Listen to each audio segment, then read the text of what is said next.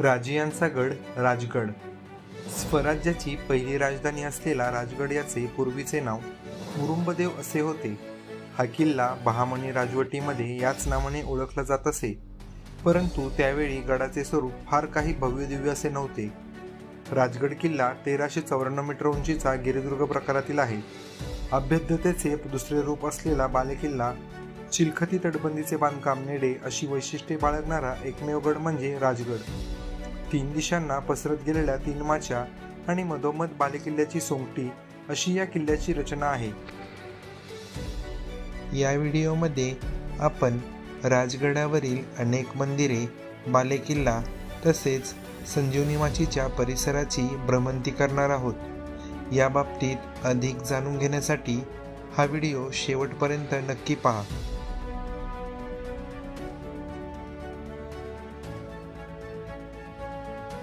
नमस्कार मित्रांनो, आज आपण आलेलो आहोत राजियांचा गड दुर्गराज राजगड येथे. या इथून आपली ट्रेकची सुरुवात होणार आहे. चला तर आता आपण ट्रेकला सुरुवात करूया. Let's start.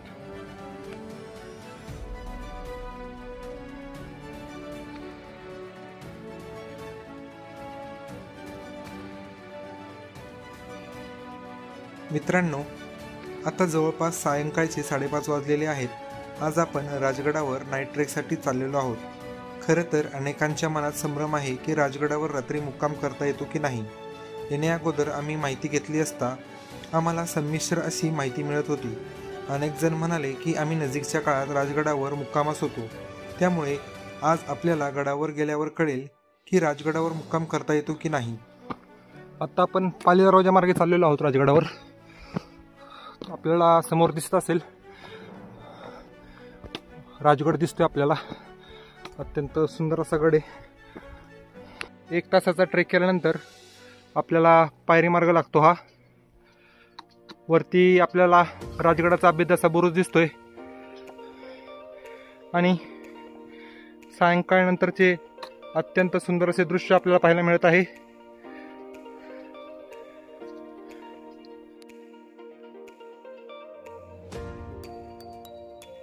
भयान अशी शांतता आणि शीतल अशी वाऱ्याची झुळूक आणि निसर्गाचं हे सौंदर्य, त्याचबरोबर आपल्या वरती असलेला राजांचा गड राजगड, अत्यंत सुवर्ण असा क्षण अनुभवतोय आता मी.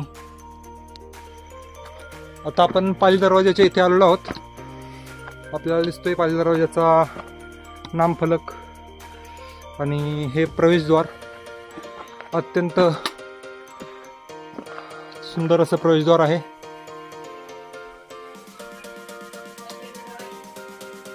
राजगडावर पोहोचल्यानंतर पद्मावती मंदिराच्या अलीकडेच आपल्याला महादेवाचे मंदिर लागते. मंदिरामध्ये जाऊन प्रथमतः महादेवाचे मनोभावे दर्शन घेतले आणि महादेवाचे दर्शन घेतल्यानंतर आता आपण पद्मावती मंदिरामध्ये चाललेलो आहोत. मंदिरामध्ये जवळपास 20 ते 30 मुलींचा ग्रुप मुक्कामी होता, त्यामुळे राजगडावरील मुक्कामाबाबतचा संभ्रम येथेच दूर झाला. पद्मावतीचे दर्शन घेऊन झाल्यावर आम्ही महादेव मंदिरात मुक्काम करण्याचा निर्णय घेतला, कारण राजगडावर आपल्याला पद्मावती मंदिरात तसेच पद्मावती मंदिराच्या समोर पर्यटकांना राहण्यासाठी व्यवस्था केली आहे. परंतु राजगडाच्या संवर्धनाचे काम चालू असल्याने तेथे कारागीर व कामगार वर्ग वास्तव्यास होते व पद्मावती मंदिरात मुलींचा ग्रुप मुक्कामास असल्याने आम्ही महादेव मंदिरातच मुक्काम करण्याचा निर्णय घेतला. कारण बाहेर अफाट अशी थंडी होती. सर्वजण ट्रेक करून दमले असल्याने सर्वप्रथम आम्ही घरून आणलेल्या शिदोरीवर यथेच्छ असा ताव मारला. त्यानंतर काही मुलांनी तेथे जवळ शेकोटी पेटवली होती, त्यामुळे आम्ही थोड्या वेळ शेकोटीची ऊब घेतल्यानंतर झोपी गेलो.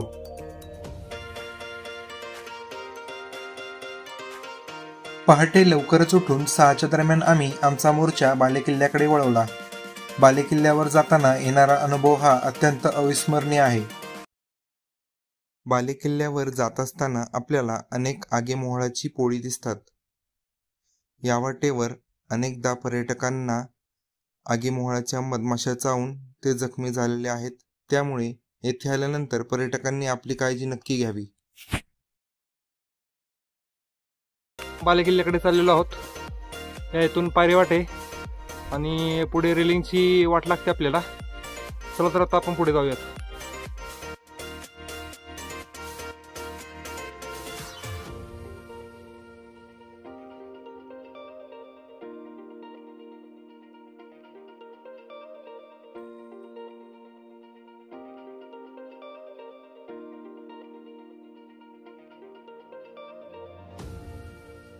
आपण बालेकिल्ला दरवाजाच्या इथे आलेलो आहोत.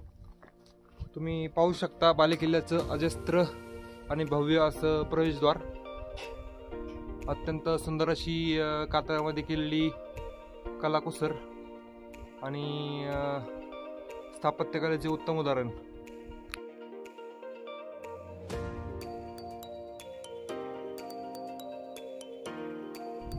आत्ता आपण जननी मंदिराच्या इथे आलेलो आहोत.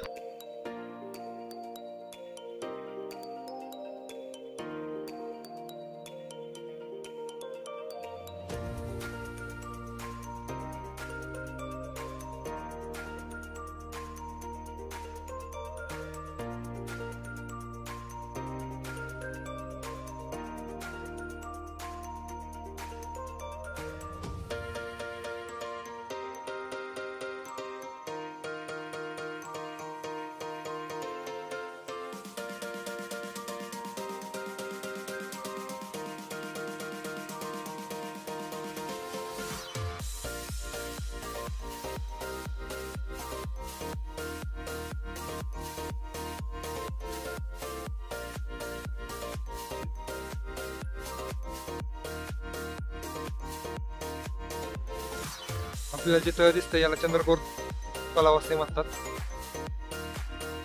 जर आपण याचा आकार पाहिला तर चंद्रकोरी प्रमाणे भासतो, त्यामुळेच याला चंद्रकोर असे नाव पडले असावे.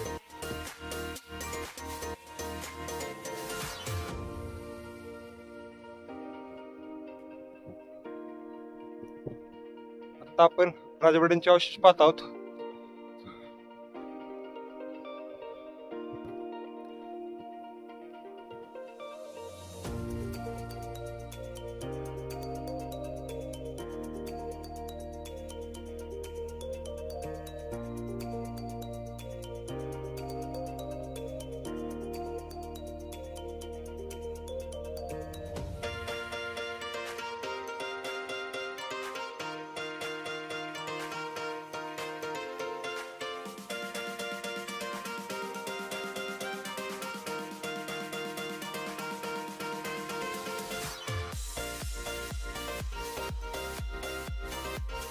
जो क्षण अनुभवण्यासाठी आम्ही पहाटे लवकर बालेकिल्ल्यावर आलो आहोत, तो क्षण म्हणजे बालेकिल्ल्यावरून दिसणारा सूर्योदयाचा अप्रतिम नजारा, आणि तो आता आपण अनुभवत आहोत.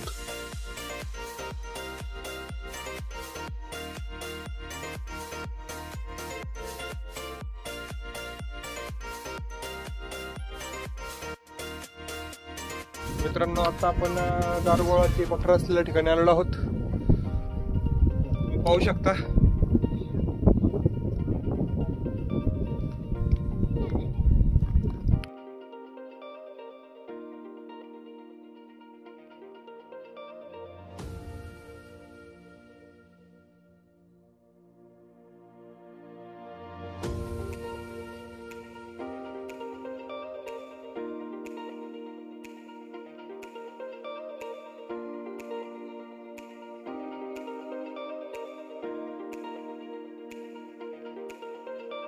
मित्रांनो, आता आपण चंद्रकोर तलावाच्या इथे आलेलो आहोत.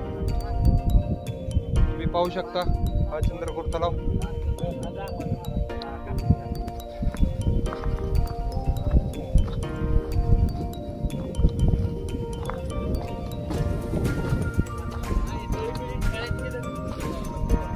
आता आपण ब्रह्मेश्वर मंदिराच्या इथे आलेलो आहोत.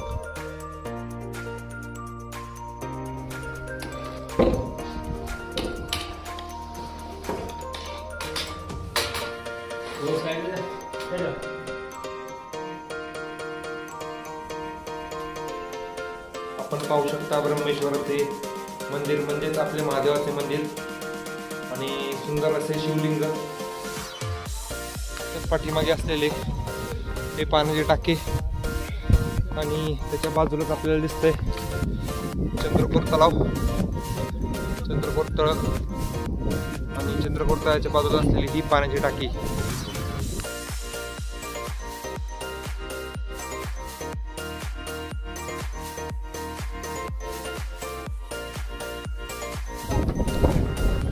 सुंदर असं पाण्याचं टाकं.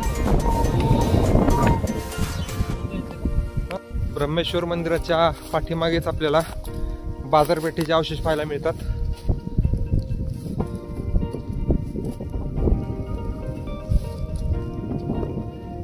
सुंदर असं दृश्य, सूर्यामुळे जलाशयाला आलेली सोनेरी किनार.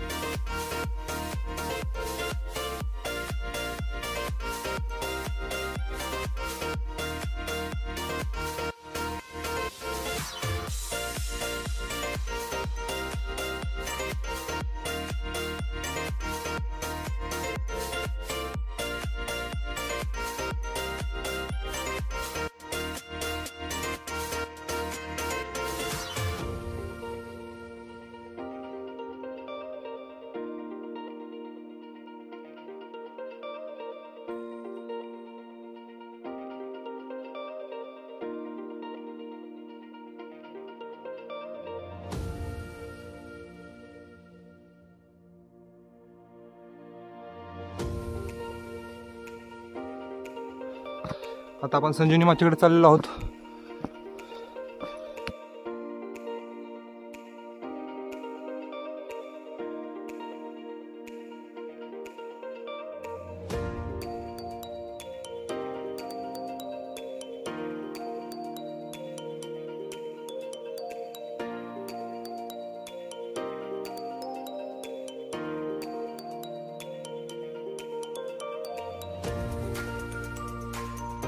संजीवनी माचीकडे जाताना आपल्याला सदर वास्तूचे अवशेष पाहायला मिळतात.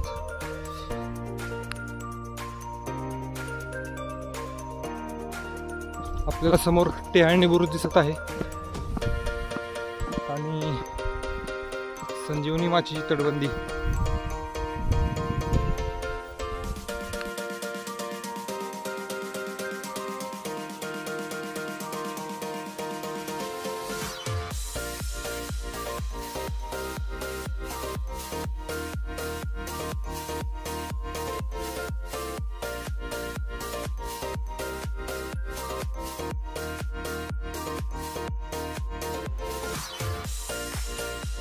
आता इथे जातं पाहू शकता. इथे आपल्याला गोले मोठे टाके पाहायला मिळत आहे पाण्याचे.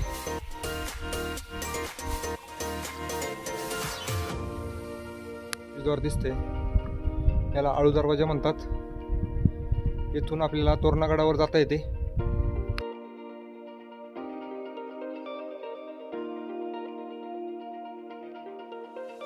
वरती गेल्यानंतर आळू दरवाजा आहे आणि या इथून तोरणा किल्ल्यावर रस्ता जातो.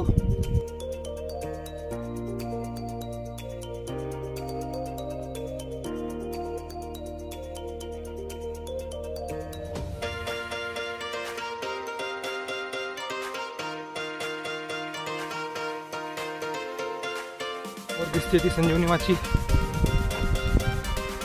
आणि इथून तोरणा किल्ल्यावर रस्ता जातो.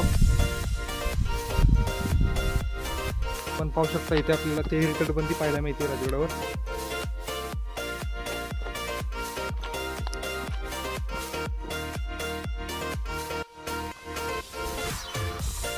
संजीवनी माचीच्या तटबंदीवर आपल्याला अनेक शिल्पे कोरलेली दिसून येतात. त्यामध्ये प्रामुख्यतः शरभ, व्याघ्रमुख आणि चापडदान मारुतीचे शिल्प आपल्याला कोरलेले आढळून येते.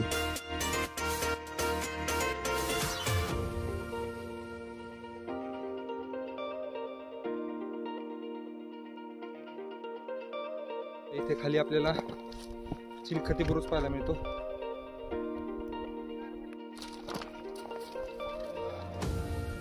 आता आपण संजीवनी माची इथे आलेलो आहोत आणि हा आपला मित्र जो आपल्या जोडीला आलेला आहे.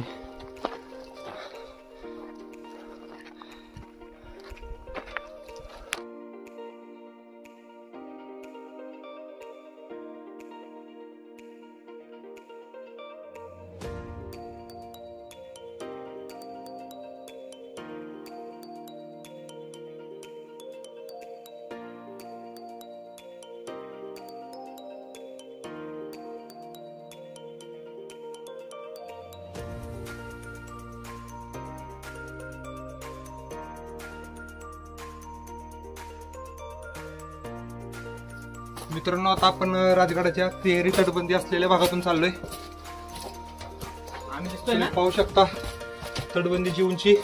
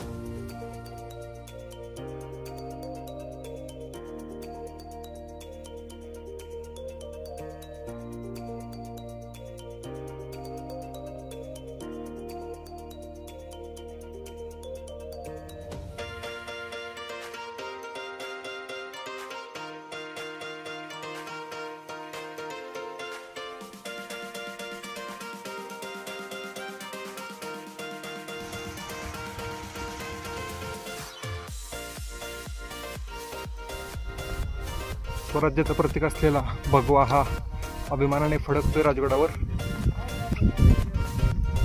आणि या इथे आपल्याला डाव्या बाजूला बालेकिल्ल्याला रस्ता आहे आणि येथून उजव्या बाजूला संजीवनी माचीकडे रोड जातो.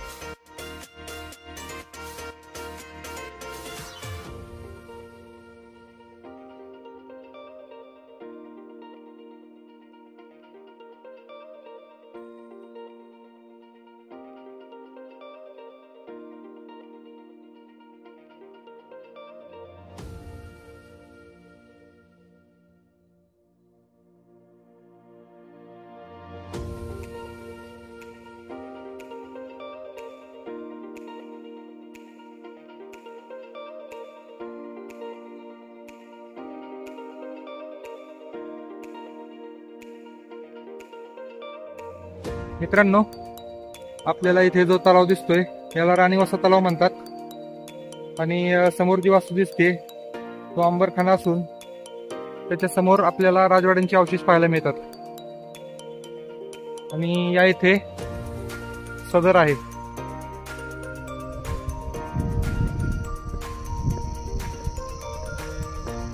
आता आपण पद्मावती मंदिराकडे चाललो आहोत.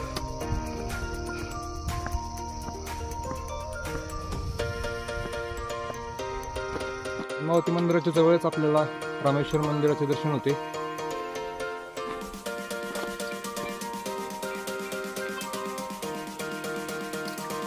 रामेश्वर मंदिराहून पद्मावती मंदिराकडे जात असताना आपल्याला महाराणी सईबाईंच्या समाधीचे दर्शन होते.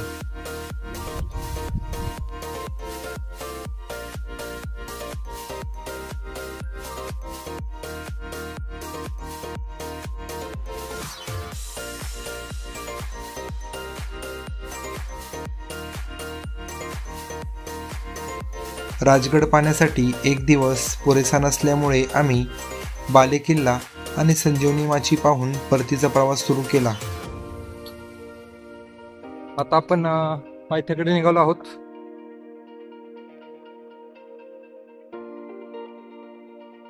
महाराजांचे गडकिल्ले भ्रमंती करत असताना नेहमीच आनंद होत असतो, परंतु येथे आल्यानंतर तो आनंद द्विगुणित झाला.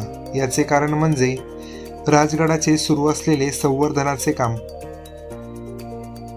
राजियांचा राजगड पुन्हा एकदा दिमाखात उभा राहतोय हे पाहून मन खूप प्रसन्न झाले.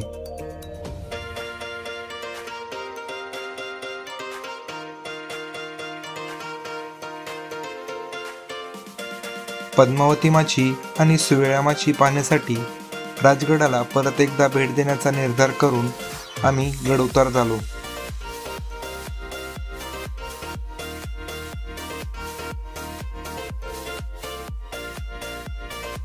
राजगडाची भ्रमंती केल्यानंतर या गडाला दुर्गराज राजगड असे का म्हणतात, तसेच छत्रपती शिवाजी महाराजांनी राजगडाची निवड ही स्वराज्याची राजधानी म्हणून का केली असावी याची प्रचिती आली.